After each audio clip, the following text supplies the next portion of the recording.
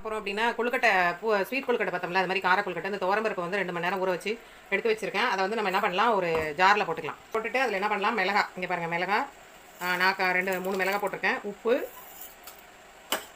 பெருங்காயம் எல்லாத்தையும் போட்டு நம்ம குறைன்னு அரைச்சிட்டு வந்துடலாம்.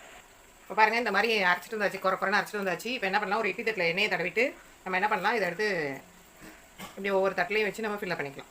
ஃபில்லப் பண்ணிவிட்டு அப்படியே இட்லி பானை ரெடியாக சூடு பண்ணி வச்சுருக்காங்க, அதுக்குள்ளே நம்ம வச்சிடலாம். இங்கே பாருங்கள் ஏற்கனவே தண்ணி கொதிச்சிட்டு இருக்குது. அதில் நம்ம இட்லி தட்டில் அந்த அரைச்சிட்டு வந்த துவரம்பருப்பு மிக்ஸை வந்து இதில் வச்சு அப்படியே நம்ம மூடிடலாம். 10 நிமிஷம் வேக வச்ச பிறகு நம்ம பார்க்கலாம். இப்போ பாருங்கள் நல்லா வெந்து வந்திருக்கு. இதை நம்ம எடுத்து ஆற வச்சுக்கலாம். ஆற வச்சுட்டு பார்க்கலாம். அடுப்பில் கடாய் வச்சுக்கலாங்க. கடாய் வச்சுட்டு எண்ணெய் சேர்த்துக்கலாம். எண்ணெய் சேர்த்துட்டு நம்ம என்ன பண்ணலாம், கடுகு, உளுத்தம்பருப்பு, அந்த தாளிக்கிறதுக்கு தேவையான மிளகு, ஜீரகம் எல்லாத்தையும் நம்ம போட்டுக்கலாம். போட்டுட்டு நீங்கள் பெருங்காயம் முன்னாடியே சேர்த்துருக்கோம், வேணும்னா இன்னும் கொஞ்சம் பெருங்காயம் வந்து நம்ம சேர்த்துக்கலாம். சேர்த்துட்டு கருவேப்பிலை போட்டுக்கலாம்.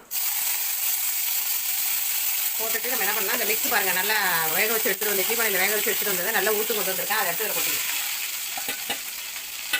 போட்டுட்டு நல்லா கிண்டிட்டு இது மாதிரி கிண்டி விடுங்க. கட்டியெல்லாம் இருந்தால் அது மாதிரி கரண்டியெல்லாம் மசிச்சு விட்டிங்கன்னா மசிச்சிடும். இதில் நம்ம தேங்காய் சேர்த்துக்கலாம். தேங்காய் துருவி வச்சுருக்கேன். அந்த துருவி வச்ச தேங்காயை வந்து நம்ம இதில் சேர்த்துக்கலாம். அவ்வளோதான். மிக்ஸ் பண்ணால் அந்த கார பூரணம் ரெடிங்க. இது வந்து துவரம்பருப்பு வச்சு செய்கிறது, அதனால ரொம்ப ஹெல்த்தியானது. இதுக்கப்புறம் நம்ம வந்து கொல்கட்டையில் இந்த ஸ்டஃபிங்கை வச்சு இட்லி பானையில் வைக்க வேண்டியதான். அது எப்படின்னு பார்க்கலாம். நம்ம இட்லி தட்டில் எண்ணெயை தடவிட்டு இப்போ நான் கொல்கட்டை செஞ்சு அதில் வச்சிடலாம்.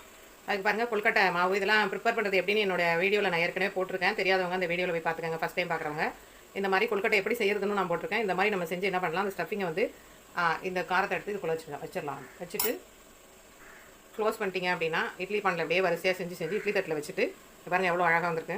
வச்சுட்டு இப்போ இந்த மாதிரி வரிசையாக நம்ம இந்த இட்லி தட்டில் செஞ்சு வச்சுட்டு வெந்த பிறகு பார்க்கலாம். இங்கே பாருங்கள் எப்படி சூப்பராக கொல்கட்டை ரெடியாக இருக்குன்னு, எவ்வளோ சாஃப்டாக அப்படியே ஸ்மூத்தாக இருக்குது பாருங்கள். நீங்கள் வந்து இதை செஞ்சு பாருங்கள். என்னுடைய ரெசிபி பிடிச்சிருந்தா லைக் பண்ணுங்கள், ஷேர் பண்ணுங்கள், சப்ஸ்கிரைப் பண்ணுங்கள். இன்னொரு ரெசிபியோடு உங்களை சந்திக்கிறேன். எப்படி இருக்குது பாருங்கள் கொல்கட்டை. எப்படி சாப்பிட்றதுக்கு அவ்வளோ இருக்குங்க. இந்த பூரணத்தை வந்து சும்மாவே சாப்பிடலாம். எல்லோரும் செஞ்சு பார்த்துட்டு எனக்கு சொல்லுங்கள். நன்றி, வணக்கம்.